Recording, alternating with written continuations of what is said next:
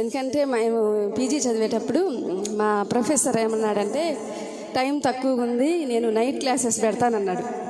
మేమందరం కూడా అన్నాం అందరం, నైట్ క్లాసెస్ అనగానే. అప్పుడు ఆయన అన్నాడు, ఆయన అమెరికా నుంచి వచ్చాడనమాట, అందువల్ల అమెరికా కల్చర్ ప్రకారం నైట్ క్లాసెస్ పెడతా అన్నాడు అనమాట. అయితే అప్పుడు మేమందరం ఒప్పుకోలేదు.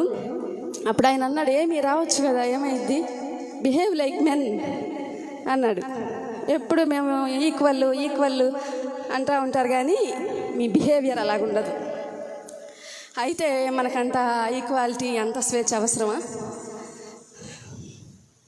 నైట్ క్లాసెస్కి వెళ్ళి చదువుకొని నైట్ అంటే ఒక సెక్యూరిటీ లేని ప్రపంచంలో మనం ఉన్నాం కదా, అవునా కదా?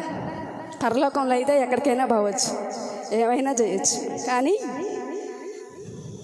చెప్పండి, ఈ ప్రపంచం ఎలాంటిది? పడిపోయిన ప్రపంచం.